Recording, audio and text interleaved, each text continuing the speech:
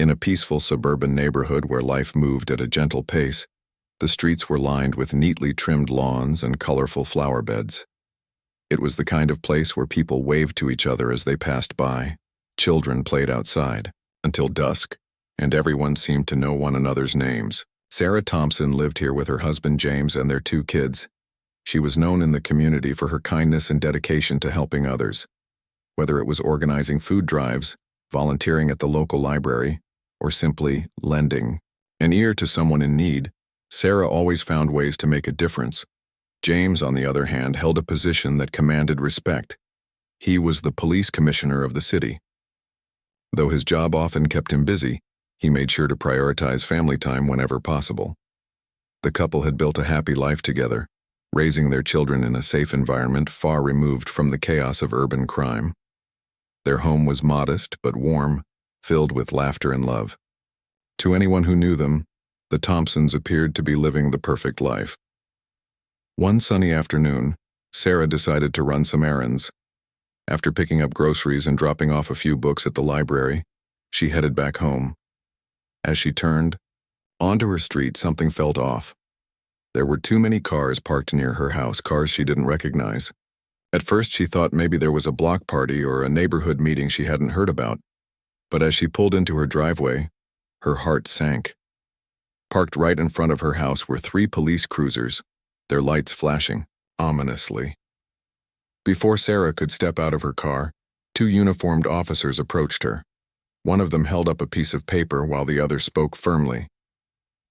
"Ma'am, we have a warrant to search your property," he said without a hint of emotion. Sarah froze, her mind racing. A warrant? For what? What could they possibly think she had done? Her hands trembled as she gripped the steering wheel, trying to process what was happening.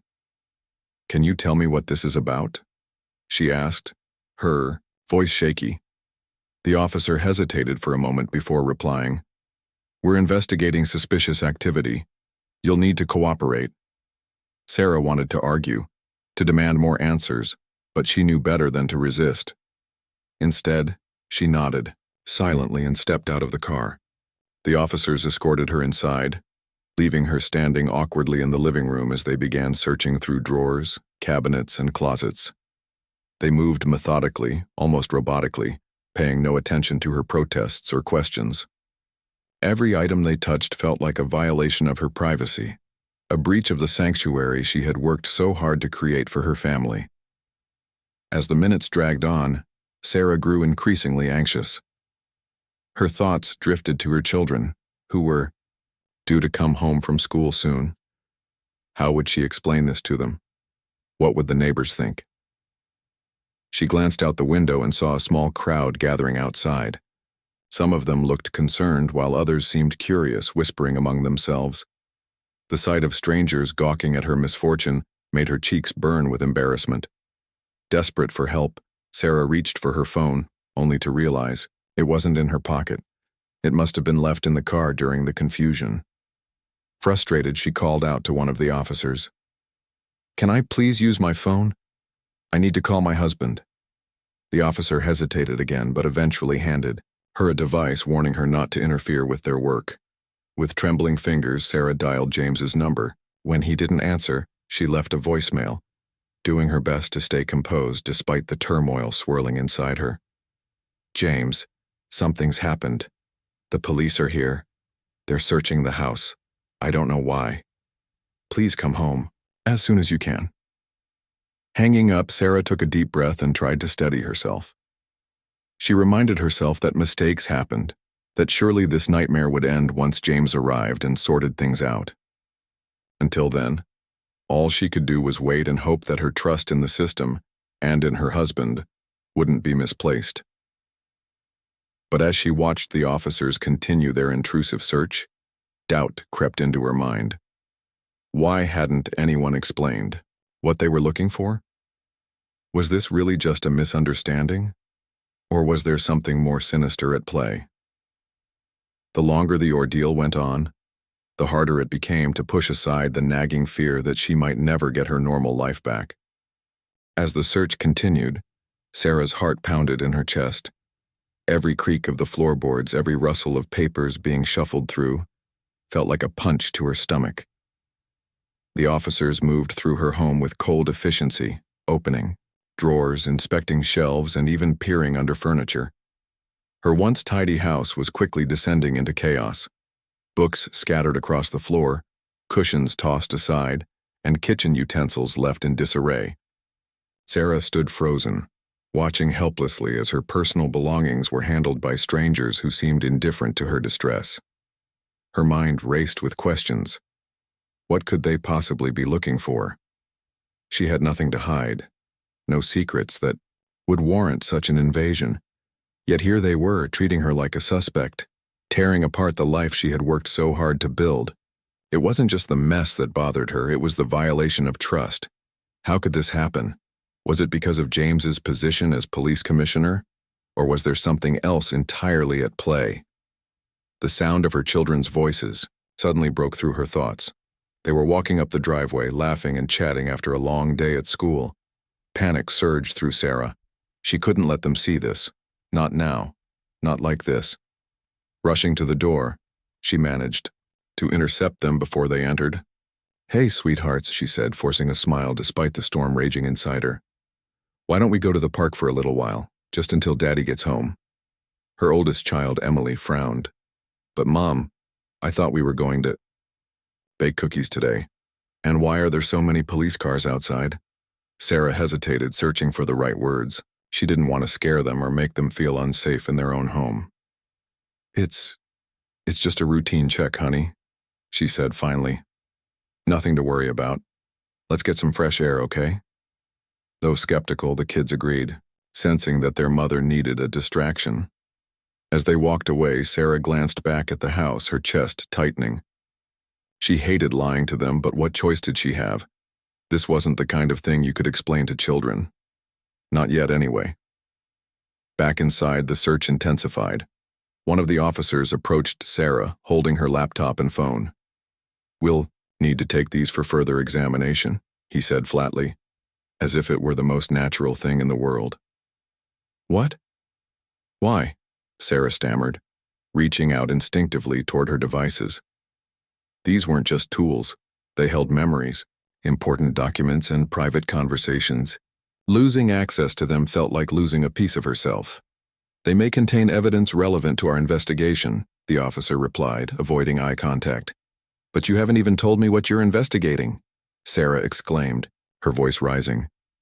"This isn't fair. I haven't done anything wrong." The officer shrugged, clearly unmoved by her protests. "If you're innocent, you have nothing to worry about." His words cut deep, leaving Sarah feeling powerless and humiliated. She wanted to scream, to demand answers, to fight back, but she knew it wouldn't do any good. Instead, she clenched her fists and bit her tongue, praying that James would arrive soon. He would know what to do. He always did. Time seemed to crawl as the minutes ticked by. The officers completed their search and began packing up the items they intended to confiscate. Sarah watched silently, her arms crossed tightly over her chest. Each item they took felt like another blow, a reminder that her life was spinning out of control. When they finally left, the house was eerily quiet. The only sounds were the faint ticking of the clock and the distant chirping of birds outside. Sarah sank onto the couch, tears streaming down her face. She felt exposed, violated, and utterly alone. The neighbors who had gathered earlier were gone now, but she couldn't shake the image of their curious stares. What must they be thinking? Would they believe the worst about her? The thought made her stomach churn. Just then her phone buzzed on the coffee table. It was a text from James. "I'm on my way, hold tight." Relief washed over her, but it was short-lived. She couldn't stop replaying the events of the past hour in her mind. Who had authorized this raid? What evidence, or lack thereof, had led them to her doorstep? And most importantly, how would she ever regain a sense of normalcy after this? Determined to stay strong, Sarah wiped her tears and took a deep breath. She decided to call a close friend, Lisa, who lived a few streets away. Lisa had always been a pillar of support, someone Sarah could count on during tough times. After explaining what had happened, Lisa immediately offered to come over. "You shouldn't be alone right now," she said firmly. "Let me bring over some tea and snacks. We'll figure this out together." Grateful for the company, Sarah agreed. Having Lisa there would at least provide a temporary shield against the loneliness threatening to overwhelm her. As she waited for both her friend and her husband to arrive, Sarah wandered through the house, surveying the damage. Books lay open on the floor, picture frames were askew, and her favorite vase had been knocked over. It was more than just a mess. It was a symbol of everything she feared losing: her dignity, her peace of mind, and perhaps even her reputation. When Lisa arrived, she wrapped Sarah in a tight hug. "I can't believe this happened to you," she murmured. "But don't worry, we'll get through this. You're one of the strongest people I know." Sarah nodded, though she didn't feel particularly strong at the moment. Still, Lisa's presence brought a small measure of comfort. Together they began tidying up the house, restoring order to the chaos. It was a small act, but it gave Sarah a sense of control, however fleeting. As the afternoon wore on, Sarah's thoughts turned to James. Where was he? Why hadn't he answered her call earlier? She knew his job kept him busy, but this was different. This was personal. She needed him now more than ever. With each passing minute, her anxiety grew. What if he couldn't fix this? What if the damage was already done? Finally, just as the sun began to dip below the horizon, headlights illuminated the driveway. Sarah rushed to the window, her heart leaping at the sight of James stepping out of his car. For the first time all day, she allowed herself to hope. Whatever came next, she wouldn't face it alone. The moment James stepped out of his car, the weight of the day's events hit him like a tidal wave. His sharp eyes scanned the scene, the remnants of chaos still scattered across the driveway, the lingering presence of police tape fluttering slightly in the evening breeze. He clenched his jaw as he took in the sight of his usually pristine home, now resembling a battleground. The anger bubbling inside him was almost palpable, but he forced himself to stay calm, for Sarah's sake. As he walked toward the house, Lisa opened the door before he could even knock. Her expression said it all: shock, concern, and a hint of fear. She stepped aside to let him in, murmuring softly, "She's been through a lot today, James. Be gentle with her." James nodded curtly, though his mind was racing. He found Sarah sitting on the couch, her face pale and drawn, her hands clasped tightly together. When she saw him, her eyes filled with tears and she stood up shakily, throwing herself into his arms. For a moment, neither of them spoke. James held her close, feeling the tremors running through her body. It broke his heart to see her like this, his strong, resilient wife reduced to tears by something so unjust. "I'm here now," he whispered, stroking her hair. "Tell me everything."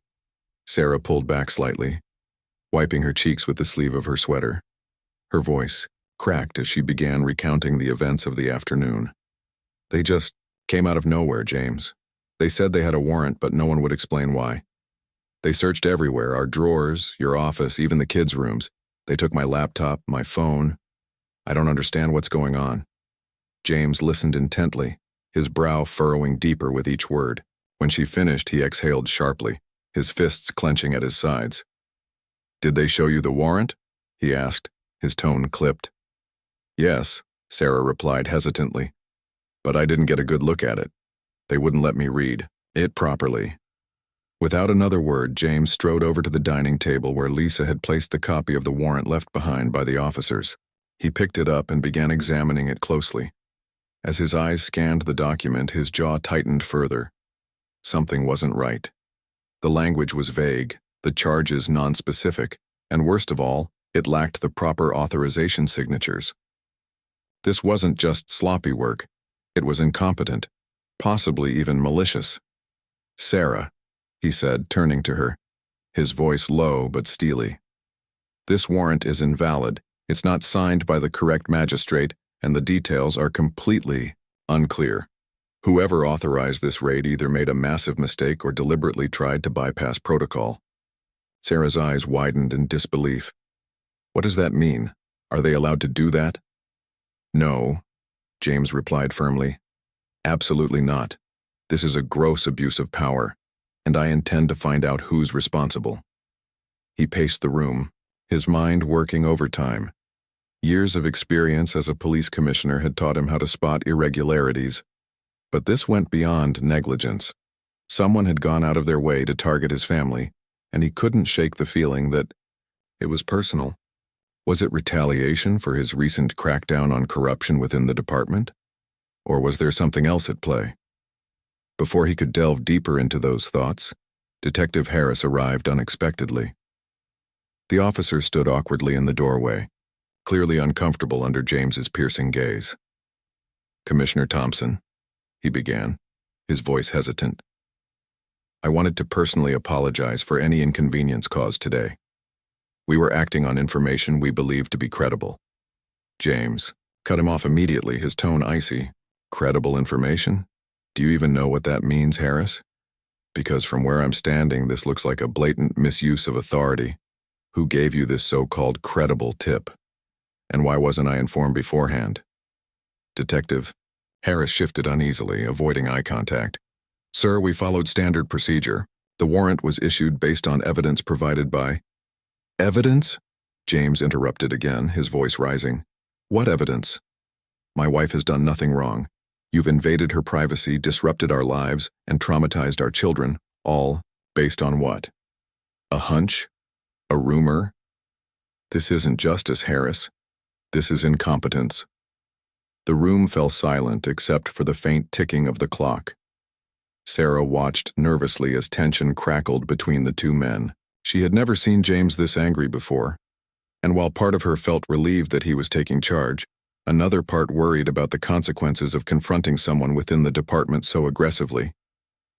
Detective Harris cleared his throat, clearly flustered. "Commissioner, I assure you we'll review the circumstances surrounding this operation. If there was an error, we'll rectify it." "An error?" James scoffed, his voice dripping with sarcasm. "This isn't a typo in a report, Harris. This is my family, this is my wife. You don't get to walk away calling it an error. I want answers, and I want them now. Who authorized this? Who signed off on it?" Harris hesitated, glancing around the room as if searching for an escape route. Finally, he muttered, "It came from higher up, sir. I'm not at liberty to disclose more than that." James stared at him, his eyes narrowing dangerously. "Higher up? Are you telling me someone above you ordered this raid without proper oversight? Without verifying the facts? That's unacceptable, Harris. Unacceptable." With that, James dismissed the detective, his patience wearing thin. Once Harris was gone, he turned back to Sarah, his expression softening. "I'm going to fix this," he promised, "no matter what it takes." Over the next hour, James made several calls, reaching out to trusted colleagues and legal advisors. He needed to gather as much information as possible about the botched raid and uncover the truth behind it. Meanwhile, Sarah sat quietly, watching him move with purpose. Despite everything, she felt a flicker of hope. If anyone could set things right, it was James. As night fell, James finally sat down beside Sarah, exhaustion etched on his face. "Here's what I've learned so far," he began. "The warrant was issued based on falsified documents alleging suspicious financial activity linked to your name. But here's the thing. Those documents were fabricated. Someone deliberately planted false evidence to make it look like you were involved in illegal activities." Sarah gasped, her hand flying to her mouth. "Why would anyone do that? What did I ever do to deserve this?" James sighed heavily, rubbing his temples. "I don't think this is about you, Sarah. I think it's about me. My efforts to clean up the department haven't exactly made me popular. Some people are threatened by change, and they'll do whatever it takes to undermine it, including targeting my family." The realization hit Sarah like a punch to the gut. She had always known James's job came with risks, but she never imagined it would spill over into their private lives like this. "So what happens now?" she asked, her voice barely above a whisper. "Now," James said, his voice firm with determination, "we fight back. We expose the truth, hold those responsible accountable, and make sure this never happens to anyone else. This isn't just about us anymore. It's about sending a message that no one is above the law, not even the people sworn to uphold it. As they sat together in the dimly lit living room surrounded by the remnants of a chaotic day, Sarah felt a renewed sense of resolve. She may have been the victim of a grave injustice, but she wasn't powerless. With James by her side, she knew they could face whatever challenges lay ahead and emerge stronger than ever. The following morning, the story of the wrongful raid on Sarah Thompson's home dominated conversations across the city. News outlets picked up the details quickly, fueled by anonymous tips and leaks from within the police department. Headlines screamed accusations of misconduct, incompetence, and abuse of power. For James, the public scrutiny was both a blessing and a curse. On one hand, it brought much-needed attention to the flaws in the system. On the other, it painted a target on his back. At the precinct, whispers filled the hallways. Officers who had once greeted James with respect now avoided eye contact or muttered under their breath. Some felt sympathy for him and his family, while others resented the spotlight he had brought upon the department. A few even blamed him for rocking the boat with his anti-corruption campaigns, suggesting that if he hadn't been so aggressive in rooting out bad apples, none of this would have happened. The tension was palpable, dividing the force into factions, those loyal to James and those who saw him as a threat. James, however, wasn't concerned with winning popularity contests. He spent the day locked in meetings with senior officials, demanding answers about how such a catastrophic failure could occur. Each meeting grew more heated than the last, as James pressed for transparency and accountability. When confronted with evidence of the falsified documents used to justify the raid, higher-ups shifted uncomfortably, offering vague explanations about administrative errors and miscommunication. But James wasn't buying it. He knew better. This wasn't just a mistake. It was a deliberate act designed to humiliate him and destabilize his leadership. Behind closed doors, James worked tirelessly to piece together the puzzle. With the help of trusted allies, including an old friend who specialized in forensic document analysis, he uncovered alarming inconsistencies in the paperwork. The fake financial records implicating Sarah had been created using sophisticated software, typically accessible only to law enforcement personnel. Furthermore, internal logs revealed that the request for the warrant had bypassed standard review processes, skipping multiple layers of oversight. Someone high-ranking had pulled strings to ensure the raid went through without proper vetting. As the investigation deepened, James began to suspect that Detective Harris might not have been entirely forthcoming during their earlier encounter. Though Harris claimed to be following orders, his evasive behavior suggested otherwise. Could he have been complicit in the scheme, or was he merely a pawn in a larger game? Determined to find out, James requested access to communication records between Harris and his superiors. What he discovered shocked even him. A series of encrypted messages hinting at a coordinated effort to frame Sarah and tarnish James's reputation. Meanwhile, Sarah struggled to adjust to life in the aftermath of the raid. Despite James's reassurances, she couldn't shake the feeling of being watched. Every knock at the door made her jump. Every phone call left her anxious. The intrusion had shattered her sense of security, leaving her constantly on edge. Even simple tasks like grocery shopping felt overwhelming, knowing that strangers might recognize her and judge her based on the headlines. To make matters worse, the kids started asking questions. Emily, their eldest, overheard snippets of news reports and demanded to know why people were saying terrible things about their mom. "Are you in trouble?" she asked one evening, tears welling up in her eyes. Sarah hugged her tightly, assuring her that everything would be okay. But deep down, she wasn't sure she believed her own words. Determined to reclaim some semblance of normalcy, Sarah decided to take action. She reached out to local community leaders, explaining her side of the story and emphasizing the importance of due process and accountability.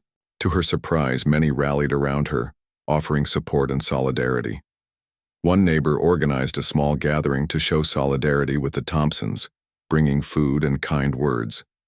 Another set up an online petition calling for reforms in how warrants were issued and executed. Slowly but surely, Sarah began to feel less isolated. Back at the precinct, tensions continued to escalate. Word spread that James was planning to file formal complaints against several high-ranking officers, including Detective Harris. In response, whispers of retaliation rippled through the ranks. Some suggested delaying investigations into the raid to buy time, while others floated rumors questioning James's integrity. Anonymous letters accusing him of corruption landed on the desks of city officials, forcing James to defend himself against baseless allegations. Through it all, James remained steadfast. He understood the risks of challenging powerful figures within the department, but he refused to back down. If anything, the resistance only strengthened his resolve. Late one night, as he sat alone in his office poring over case files, he received a call from Sarah. Her voice was soft but firm. "James," she said, "I know you're doing everything you can, but don't let this consume you. We need you, here, with us." Her words struck a chord. For the first time in days, James allowed himself a moment of vulnerability. He admitted to her that the weight of the situation sometimes felt unbearable, that he feared letting her and the kids down. But Sarah reminded him of why they were fighting, not just for themselves, but for everyone who deserved fairness and justice. "We'll get through this together," she told him. "Just promise me you won't lose sight of what really matters." Reinvigorated by her encouragement, James returned to work the next day with renewed determination. He called a press conference, addressing the public directly for the first time since the raid. Standing before a sea of microphones and cameras, he spoke passionately about the need for transparency and reform. "What happened to my wife is unacceptable," he declared. "But it's not just about us. It's about ensuring that no innocent person has to endure what we've been through. Trust is earned, and it's clear that trust in our system has been broken. It's time to rebuild it." His speech resonated deeply with the community, drawing widespread praise. Calls for accountability grew louder, putting pressure on city officials to act. Within days, an independent inquiry was announced, tasked with investigating the circumstances surrounding the raid and recommending changes to prevent similar incidents in the future. Though progress was slow, James took solace in the knowledge that he was making a difference. Every late-night meeting, every heated argument, every sleepless hour spent strategizing, all of it was worth it if it meant protecting others from experiencing the same pain his family had endured. And as he walked through the front door, each evening greeted by Sarah's warm smile and the laughter of his children, he was reminded of what truly mattered: love, resilience, and the unshakable bond of family. Weeks turned into months as the fallout from the wrongful raid continued to ripple through the city. The independent inquiry, though painstakingly slow, began to uncover layers of corruption and misconduct within the police department that shocked even seasoned investigators. Documents were subpoenaed, testimonies were recorded, and evidence was meticulously pieced together. For James, every step forward felt like pulling teeth, but he refused to let up. He knew the stakes were too high, not just for his family, but for everyone counting on him to lead with integrity. The inquiry revealed a web of deceit that stretched far beyond what anyone had anticipated. It wasn't just one rogue officer or a single misstep. It was systemic. High-ranking officials had conspired to fabricate evidence against Sarah in an effort to discredit James. Their motives became clearer as the investigation unfolded. They feared his anti-corruption crusade would expose their own illicit activities, everything from embezzlement to ties with organized crime. The raid on Sarah's home was meant to be a warning shot, a way to silence him by hitting him where it hurt most: his family. As the truth came to light, public outrage reached a fever pitch. Protesters gathered outside City Hall, holding signs that read "Justice for Sarah" and "Clean up the force." Social media buzzed with hashtags calling for accountability. Even some members of the police force who had initially resisted James's reforms began speaking out, admitting that they too had witnessed unethical behavior, but were afraid to report it. The tide was turning, and James found himself at the center of a movement he hadn't planned to lead, but now felt compelled to champion. Detective Harris, once a key figure in the botched raid, became a focal point of the inquiry. Under intense scrutiny, he eventually broke down during questioning, revealing crucial details about the conspiracy. According to Harris, he had been pressured by his superiors to carry out the raid without asking questions. When he hesitated, they threatened to ruin his career. Fearing for his livelihood, he complied, but not without guilt gnawing at him. His testimony implicated several senior officers, including Assistant Chief Daniels, who had allegedly orchestrated the entire scheme. The revelation sent shockwaves through the department. Daniels, a decorated officer with decades of service, was suspended pending further investigation. Other implicated officers faced similar fates, their careers hanging precariously in the balance. Meanwhile, Harris struck a plea deal, agreeing to cooperate fully with the inquiry in exchange for reduced charges. Though many viewed him as complicit, others saw him as a victim of a toxic culture that punished honesty and rewarded blind obedience. For Sarah, watching the drama unfold was both cathartic and exhausting. On one hand, she was relieved to see justice taking shape. On the other, the constant media attention and public discourse weighed heavily on her. She had never sought the spotlight, yet here she was, thrust into the middle of a national conversation about law enforcement ethics. Every news segment, every article, every social media post seemed to remind her of the violation she had endured. But instead of retreating, she chose to use her voice. Inspired by the support she received from the community, Sarah decided to speak publicly about her experience. At first, the idea terrified her. The thought of standing in front of cameras and microphones reliving the trauma of that day made her stomach churn. But James encouraged her, reminding her of the power her story held to inspire change. "You have a chance to make sure this doesn't happen to anyone else," he told her gently. "Your courage could save lives." With James by her side, Sarah gave an emotional interview to a local news station. Sitting upright but visibly nervous, she recounted the events of the raid, her voice trembling as she described the fear and humiliation she felt. "No one should ever have to go through what I went through," she said, tears glistening in her eyes. "This isn't just about me. It's about protecting innocent people from being treated like criminals when they've done nothing wrong. We need better safeguards, more transparency, and real consequences for those who abuse their power."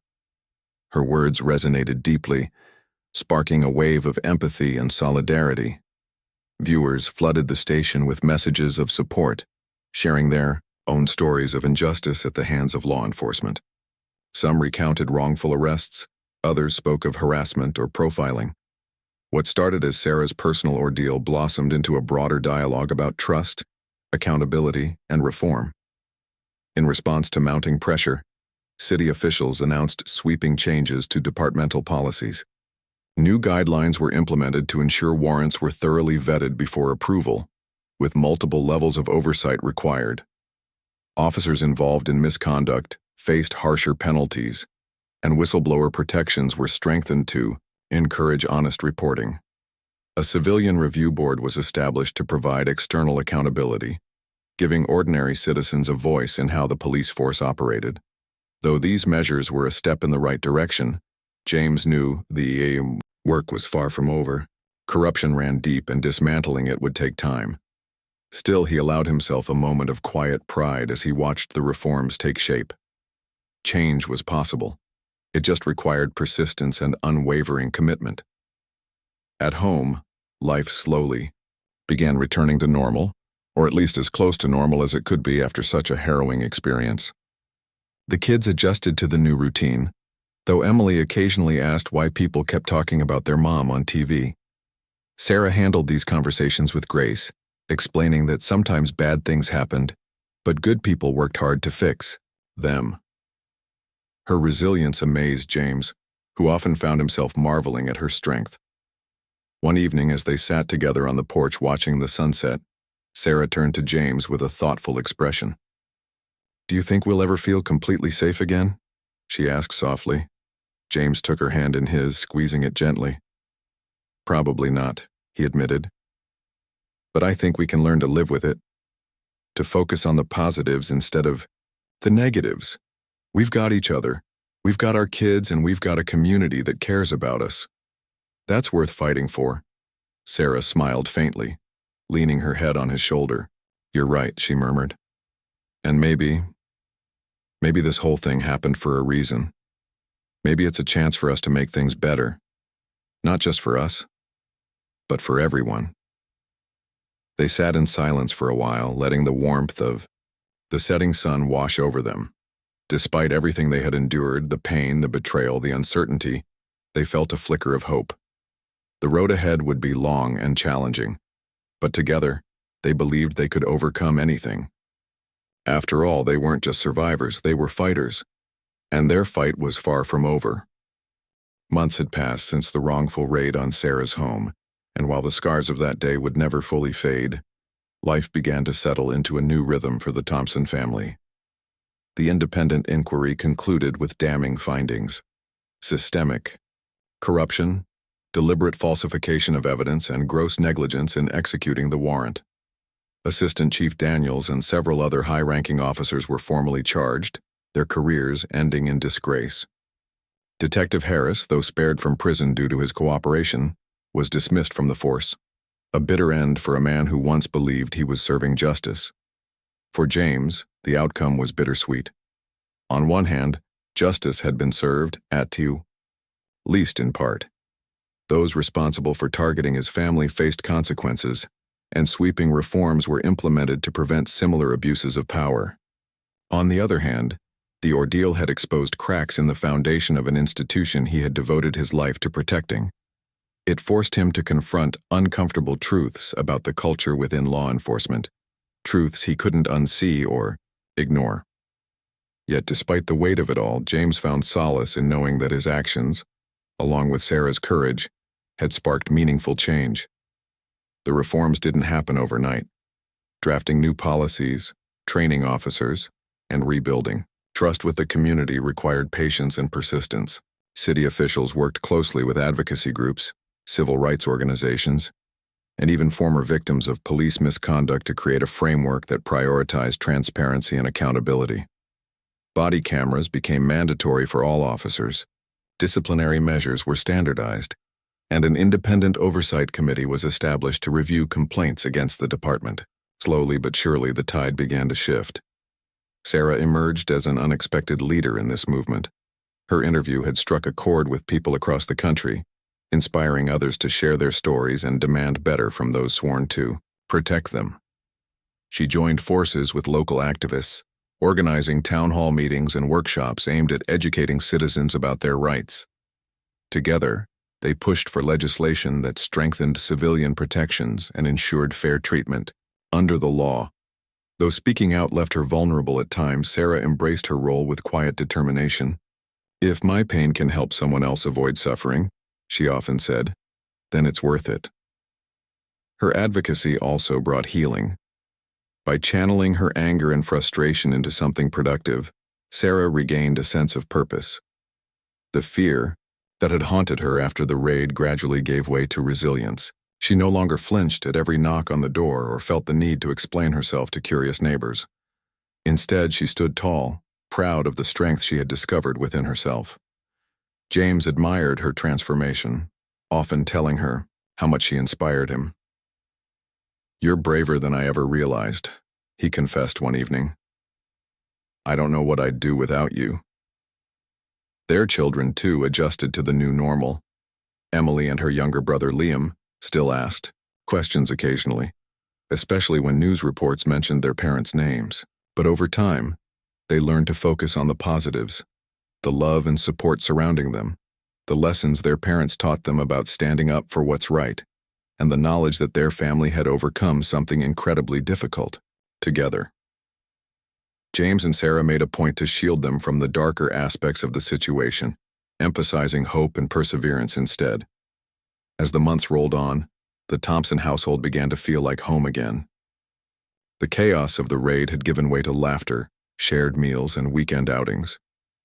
Sarah returned to her volunteer work, finding joy in helping others navigate challenges. James threw himself into mentoring young officers, determined to instill values of integrity and compassion in the next generation of law enforcement. Their partnership grew stronger through adversity, forged in the fires of hardship but tempered by mutual respect and unwavering support. One crisp autumn afternoon, the neighborhood came together for a small celebration organized by Lisa and a few other close friends. Tables laden with food lined the street, balloons fluttered in the breeze, and music played softly in the background. It was a gesture of gratitude for Sarah's bravery, for James's leadership, and for the entire family's resilience. As James and Sarah mingled with neighbors, shaking hands and sharing smiles, they were reminded of the power of community. These were the people who had stood by them during their darkest days, offering comfort, solidarity, and hope. During a brief lull in the festivities, James pulled Sarah aside. "Do you remember that night?" he asked, his voice low. "When you told me we'd get through this together?" Sarah nodded, her eyes softening. "Of course I remember.